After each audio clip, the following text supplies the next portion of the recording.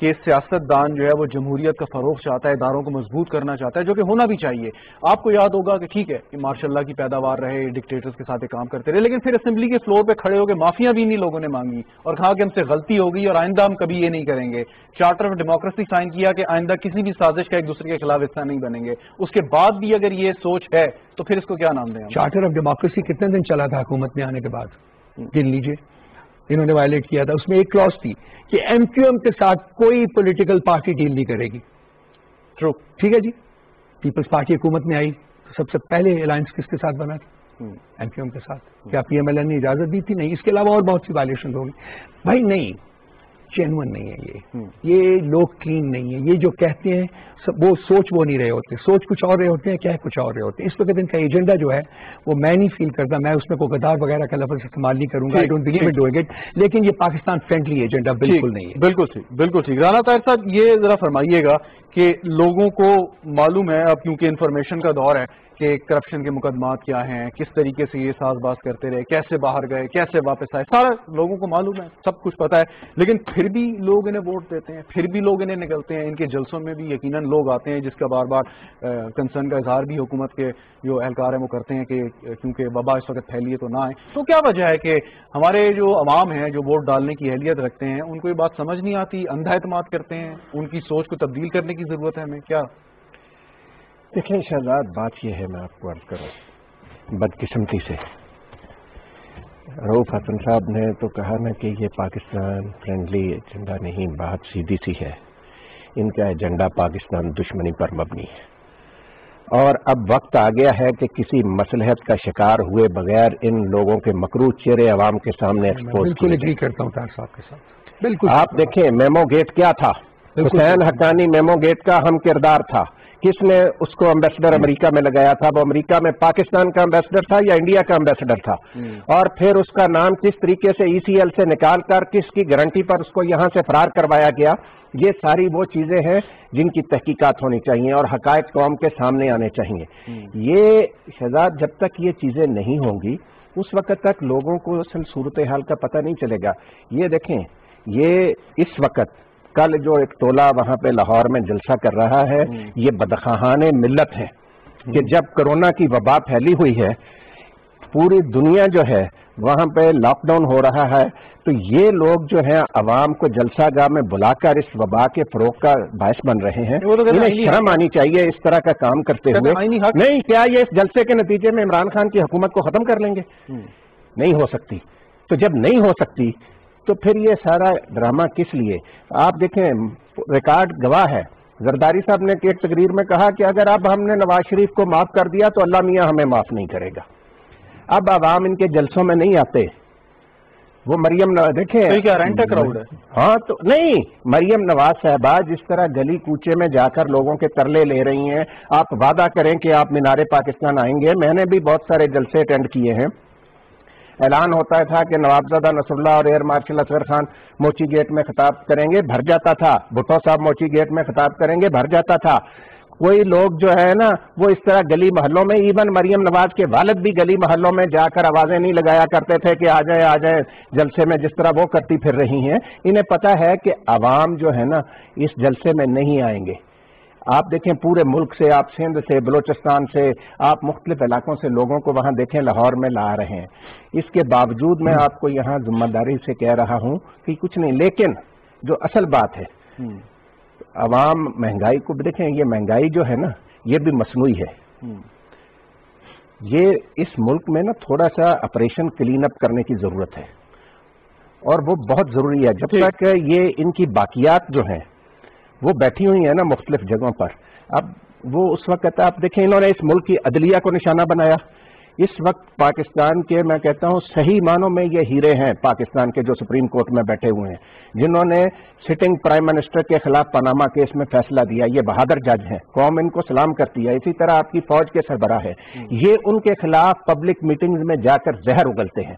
تو یہ اس ملک کی خدمت کر رہے ہیں, یہ اس ملک کے اداروں کو ڈسکریڈٹ کرنے کی کوشش کر رہے ہیں. تو یہ سارے جو معاملات ہیں شہزاد, اس پر اب میں آپ کو ایک استعفوں سے بات چل رہی ہے, وہ بات نکل جائے گی. میں یہاں آپ کو بتا رہا ہوں, خبر دے رہا ہوں.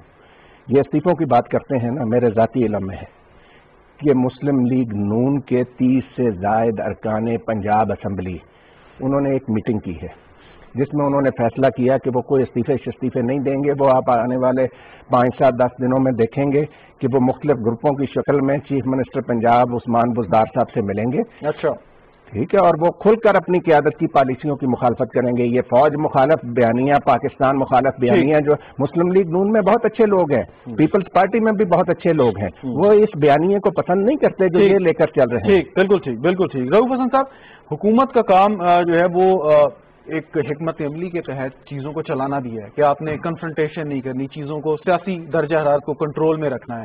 لیکن ہم نے کچھ یہ بھی دیکھا کہ حکومت کی جانب سے بھی ہو سکتا ہے کہ وہ یہ اسپرٹ ہو آپ کی یہ کرپشن کے خلاف جو آپ نے فائٹ شروع کر رکھی ہے, اس کا تقاضا ہو شاید یہ. لیکن پھر بھی کچھ لوگ جو ہیں, پرانے لوگ, وہ یہ بات کرتے ہیں کہ حکومت کو چاہیے کہ تھوڑا سا مصلحت پسندی سے بھی کام لے, ان کو ریلیف یقیناً این آر او کی شکل میں نہ دیں, لیکن انگیج ضرور کریں کہ کم از کم یہ جو اس وقت ایک فضا بنی ہوئی ہے یہ تھوڑی سی نارمل ہو جائے. دیکھیے, میں ذاتی طور کے اوپر انگیجمنٹ میں پورا یقین رکھتا ہوں, اور یہ میری ایک کنوکشن ہے کہ انسان کو انگیجمنٹ کبھی نہیں چھوڑی چاہیے. میری طاہر صاحب کے ساتھ 100 اختلافات ہو سکتے ہیں, لیکن ان کو میں ملنے سے کبھی اعتراض نہیں کروں گا, ان کے ہاتھ ملانے سے کبھی اعتراض نہیں کروں گا, ان کے ساتھ بیٹھ کے گپ لگانے سے کبھی اعتراض نہیں کروں گا. یہ ایک آئی تھنک اگر اس طریقے سے ہم لوگ کریں. لیکن پرابلم آپ ہسٹوریکلی اس کو دیکھتے ہیں, جب پرائم منسٹر صاحب نے الیکشن جیتا تو آپ یاد ہے آپ کو, انہوں نے دوسرے دن میرا خیال تقریر کی تھی. پرائم منسٹر کا حلف اٹھانے سے پیشتر تقریباً almost a month before that, اس میں انہوں نے کہا تھا, ایک تو انہوں نے اپنی فارن پالیسی کے بارے میں بات کی تھی, اور انہوں نے اس میں جو اپوزیشن پارٹیز تھیں, جو ہاری ہوئی پارٹیز تھیں, ان کو انہوں نے کہا تھا جی کہ ہم آپ کے ساتھ بیٹھ کے مل کر حکومت ملک کو آگے بڑھائیں گے. یہ ان کی فیلنگس تھی. اس کے بعد آپ fast forward to the day when he came to the parliament to take oath. ابھی طاہر صاحب نے اس کا ذکر کیا ہے, آپ اس کو دیکھ لیجئے کہ انہوں نے کیا کیا تھا.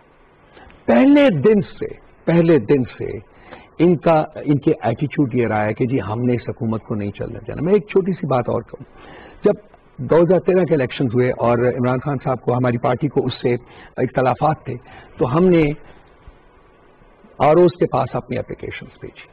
ہر حلقے سے جہاں ہمیں کنسٹیٹوئنسی سے جہاں پرابلمس تھے, ہمارے لوگوں نے اپلیکیشنز بھیجی, اور ہم نے کہا 4 حلقے آپ کھول دیجیے, اور ان 4 حلقوں کی بیسس کے اوپر اگر وہ کچھ نکلے گا تو ہم آپ سے کچھ اور مانگ لیں گے, ادروائز ہم ختم کر دیں گے اس کو. 1.25 سال تک وہ کوشش ہوتی رہی. نہ آروز نے بات کو آگے بڑھایا, نہ انہوں نے 4 حلقے کھولے. اس کے بعد اس کی آئی. اب اس الیکشن پہ fast forward to 2018 election sir, total جو کمپلینٹس کہی ہیں سر, ان کا نمبر ہے 13 کمپلینٹس کہیں. کسی شخص نے ورچولی کمپلینٹ اپنی نہیں بھیجی. دیٹ مینس کہ جو کانسٹیٹیوشن میں پروسیس ایک رکھا گیا ہوا ہے اس کو فالو نہیں کیا.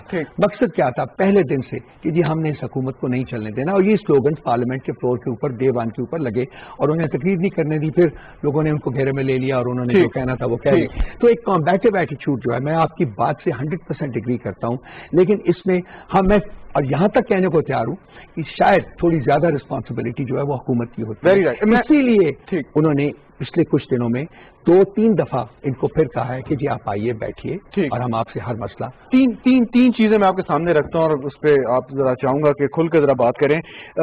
ججز کی بحالی کے لیے لانگ مارچ ہونے والا تھا, بیرسٹر اعتزاز احسن کو ایک فون کال آ گئی, وہ ختم ہو گیا, جج بحال ہو گئے.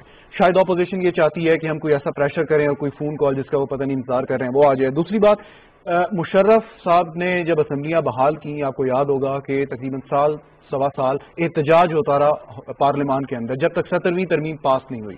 اس کے بعد پھر 126 دن کا تحریک انصاف نے دھرنا دیا. جب تک وہ بات بن نہیں گئی, وہ جوڈیشل کمیشن وغیرہ وہ سارا طے نہیں پا گیا, وہ وہیں پر موجود رہے. خیر ثانیہ آئی پی سی بھی ہو چکا تھا.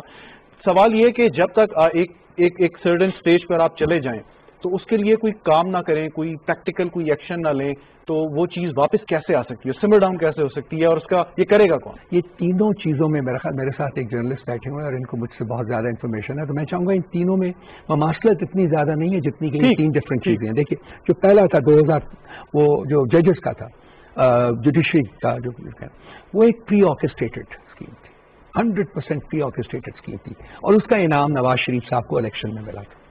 ٹھیک, 2013 کے الیکشن کے, دا موسٹ اسٹرکٹ الیکشن ان پاکستان, میں نام نہیں لینا چاہوں گا ٹھیک کہ کس کے ساتھ ہوئے. اس کے بعد جب مشرف صاحب کی جو بات ہوئی، اس سے پہلے مشرف صاحب کی آپ نے بات کی ہے، وہ ایک سیناریو بالکل ڈفرینٹ تھا. وہاں کو ایسا we did not have democracy in the country. اور جہاں یہ ہماری پارٹی کا جو تھا دھرنا تھا 126 دن کا، تو اس میں تو کچھ نہیں ملا عمران خان صاحب کو. دیکھیں انہوں نے دھرنا دیا، اس کے بعد وہ جوڈیشل کمیشن بن گیا بیکاز وہ اے پی سی کا ایک مسئلہ ہو گیا تھا، اس کا مسئلہ ہو گیا تھا.